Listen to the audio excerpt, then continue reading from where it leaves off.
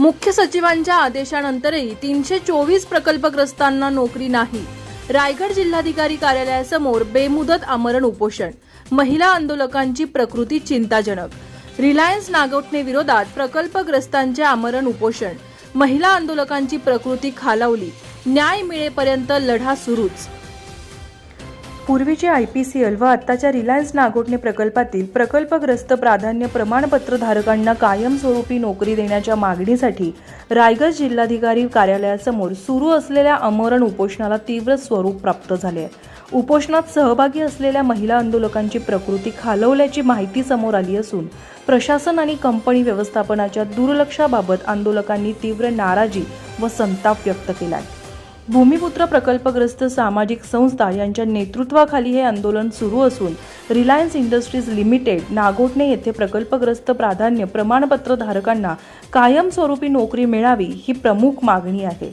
या संदर्भात महाराष्ट्र शासनाचे मुख्य सचिव यांच्या अध्यक्षतेखाली 24 जून 2025 रोजी मंत्रालयात बैठक झाली होती।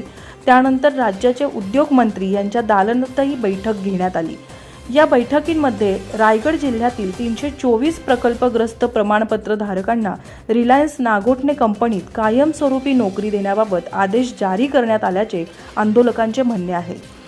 मुख्य सचिवांनी रायगड जिल्हाधिकारी तसेच रिलायन्स नागोठणे कंपनीच्या वरिष्ठ अधिकाऱ्यांना या आदेशाची अंमलबजावणी करण्याच्या सूचना दिल्या होत्या। मात्र कंपनी प्रशासनाकडून अद्याप आदेशाचे पालन करण्यात आले नसल्याचा आरोप आंदोलकांनी केला। कंपनीकडून चालढकल आणि आडमुठे धोरण अवलंबले जात असल्यामुळे प्रकल्पग्रस्तांमध्ये तीव्र संताप व्यक्त होतोय। याच पार्श्वभूमीवर 2 जून 2026 रोजी सकाळी 11 वाजल्यापासून रायगड जिल्हाधिकारी कार्यालय अलिबाग येथे बेमुदत आमरण उपोषण सुरू करण्यात आले आहे। उपोषणादरम्यान महिला आंदोलकांची प्रकृती खालावूनही प्रशासन आणि कंपनी व्यवस्थापनाकडून अपेक्षित दखल घेतली जात नसल्याचा आरोप करण्यात आलाय। भर रखरखत्या उन्हात आमरण उपोषण सुरू असताना शासनाचा एकही प्रतिनिधी आंदोलकांची थेट भेट घेऊन विचारपूस व चर्चा करीत नसल्याने कुछ तो गडबडी है बाबा असा सूर उपोषणकर्ते व प्रकल्पग्रस्तातून उमटताना दिसतोय। प्रकल्पग्रस्तांना न्याय मिळेपर्यंत आणि कायमस्वरूपी नोकरीचा प्रश्न मार्गी लागेपर्यंत जीव गेला तरी हरकत नाही, काही गेल्या आंदोलन मागे घेतले जाणार नाही असा इशारा संस्थेचे अध्यक्ष गंगाराम मिनमिने यांच्यासह स्थानिक प्रकल्पग्रस्त व आंदोलनकर्त्यांनी दिलाय। दिवसेंदिवस या आंदोलनाची तीव्रता वाढत असताना रायगड जिल्हाधिकारी व रिलायन्स व्यवस्थापन आता नेमकी काय भूमिका घेणार याकडे सारांचे लक्ष लागले। धम्मशील सावंतसह न्यूज ब्युरो रायगड महाराष्ट्र।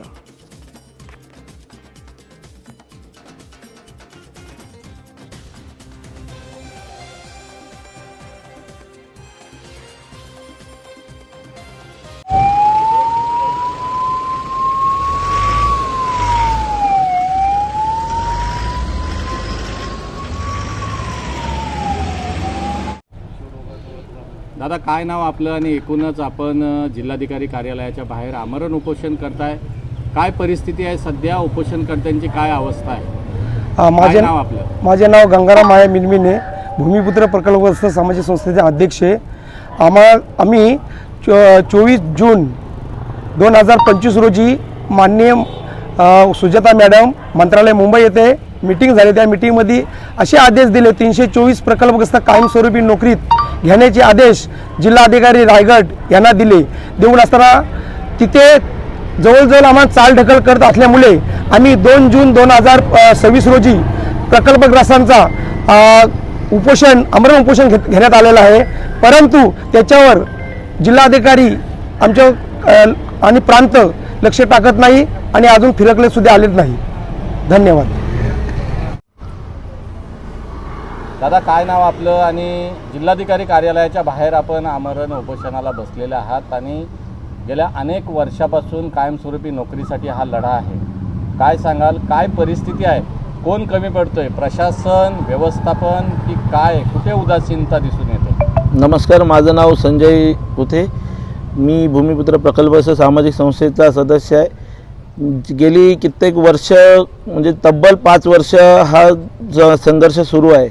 या संघर्षामध्ये प्रत्येक वेळी भूमिपुत्रांची न्यायाला पूर्णपणे गवसणी घातल्यानंतर सुद्धा दिशाभूल करण्याचा प्रयत्न रिलायन्स व्यवस्थापनचे अधिकारी आणि कुठेतरी मला असं वाटतं की प्रशासनाचे अधिकारी सुद्धा करत आहेत. कारण माननीय मुख्य सचिव महाराष्ट्र राज्य यांच्या अध्यक्षतेखाली झालेल्या बैठकीमध्ये 24 जून 2025 रोजी ज्या निर्णयाला 324 लोकांना कंपनीत कामाला घेण्यासाठी जे काय आदेश देण्यात आले त्या आदेशांचा कुठेतरी प्रशासनसुद्धा पालन करताना दिसलं नाही आणि रिलायन्स व्यवस्थापनसुद्धा कुठेतरी पालन करताना दिसले नाही. त्यानंतर पुन्हा एकदा आझाद मैदान मुंबई येथे तब्बल 4 महिने 10 दिवस उपोषण चालला. उपोषणाच्या अंतिम उद्योग मंत्री साहेबांच्या अध्यक्षतेखाली म्हणजे उदय सामंत साहेबांच्या अध्यक्षतेखाली एक बैठक घेण्यात आली. त्या बैठकीमध्ये स्वतः रोजगार हमी मंत्री भरतशेठ गोगावले साहेब होते. दुसरे म्हणजे आमचे अलिबागचे आमदार महेंद्र दलवी साहेब होते. कर्जत खालापूरचे आमदार महेंद्र थोरवे साहेब होते. 4 जिल्हा परिषदचे सदस्य उपस्थित होते. उपस्थितांमध्ये अजून रिलायन्सचे वरिष्ठ अधिकारी सुद्धा होते. इवाना रिलायन्सचे सीओ वंतारा ग्रुपचे काय सीओ आहेत ते सीओ सुद्धा त्या बैठकीला उपस्थित होते. भूमिपुत्रांचे पूर्ण सर्व कमिटी उपस्थित होती. एवढे मोठ्या संख्येच्या उपस्थितीमध्ये झालेल्या बैठकीमध्ये सुद्धा एक चांगला निर्णय झाला होता की पुन्हा एकदा या लोकांचा पूर्ण कामावर रुजू करून घ्या. तरीसुद्धा कुठेशी तरी कंपनी व्यवस्थापन टाळाटाळ करण्याचा प्रयत्न करत आणि कंपनी व्यवस्थापन जी ठेकेदारी आहे ती ठेकेदारी आमच्यावर लादण्याचा प्रयत्न करण्याचा पुरेपूर प्रयत्न करत आहे. तरी आम्ही ती ठेकेदारी स्वीकारत नाही आहोत आणि त्या ठेकेदारी न स्वीकारल्यामुळं आज आम्हाला आणि जिल्हाधिकारी कार्यालयाच्या माध्यमातून आज आम्हाला कुठलंही सहकार्य लाभताना दिसत नाही आहे. कारण आज आम्ही इथेची आम्हाला आमच्या हक्काची नोकरी मिळत नसल्या कारणास्तव जे काही उपोषण करतोय, आज दुसरा दिवस उपोषणाला आहे, तरीसुद्धा 4 उपोषणकर्ते ज्यांची 2 उपोषणकर्त्यांची प्रकृतीसुद्धा खालावलेली आहे तरीसुद्धा ते आमची दखल घ्यायला इथंशी सुद्धा फिरकत नाही आहेत. कलेक्टर कार्यालय बाहेर उपोषण चालू आहे तरीसुद्धा ते इथं येत नाही आहेत. त्याची एक शोकांतिका वाटते की आमच्याकडे कुठेतरी प्रशासनाचं सुद्धा दुर्लक्ष आहे.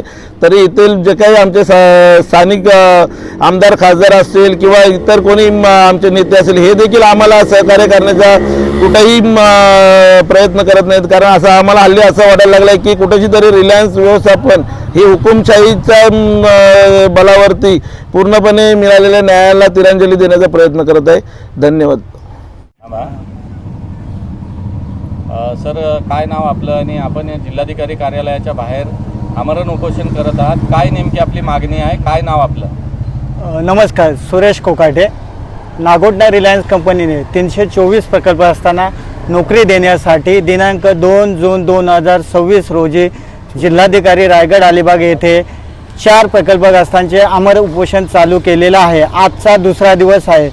4 आमरण उपोषणकर्त्यांची तब्येत ढासळलेली असताना देखील रायगडचे जिल्हाधिकारी, प्रांत पेन, प्रांत तहसीलदार, नागोठणे रिलायन्स कंपनीचे मॅनेजमेंट फिरकून देखील बघितलेलं नाही. एकंदरीत टालाटाल.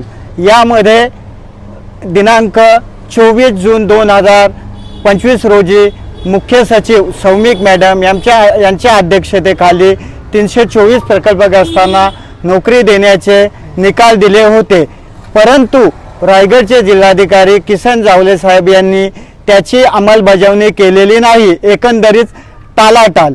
पुन्हा एकदा 25/4/90 माननीय शरद पवार मुख्यमंत्री यांच्या अध्यक्षतेखाली झालेल्या बैठकीमध्ये 690 प्रकल्पग्रस्तांना नोकरी दिलेली आहे. यापैकी 600 प्रकल्पग्रस्त कामगार रिटायर झालेले आहेत. त्या जागेवर 324 प्रकल्पग्रस्तांना नोकरी देण्यास कोणतीही हरकत नाही. तसेच नवीन PVC प्लास्टिक कंपनी बेन्सी हद्दीमध्ये रिलायन्स कंपनीने 600 एकरामध्ये भराव करून फॅब्रिकेशन कामं चालू केलेली आहेत. त्याच्यामध्ये 11,000 कामगारांची गरज आहे. मात्र तेथे देखील 324 प्रकल्प असताना घेण्यासाठी कोणतीही हरकत नाही. एकंदरीत रिलायन्स कंपनीची टालाटाल आहे. तसेच 17 जून 2026 रोजी माननीय उद्योग मंत्री उदय सामंत यांच्या अध्यक्षतेखाली झालेल्या बैठकीमध्ये कायमस्वरूपी नोकरी देण्यासाठी चर्चा झाली. चर्चेमध्ये माननीय महेंद्र दलवी साहेब आमदार तसेच भरत गोगावले साहेब बैठकीला उपस्थित होते.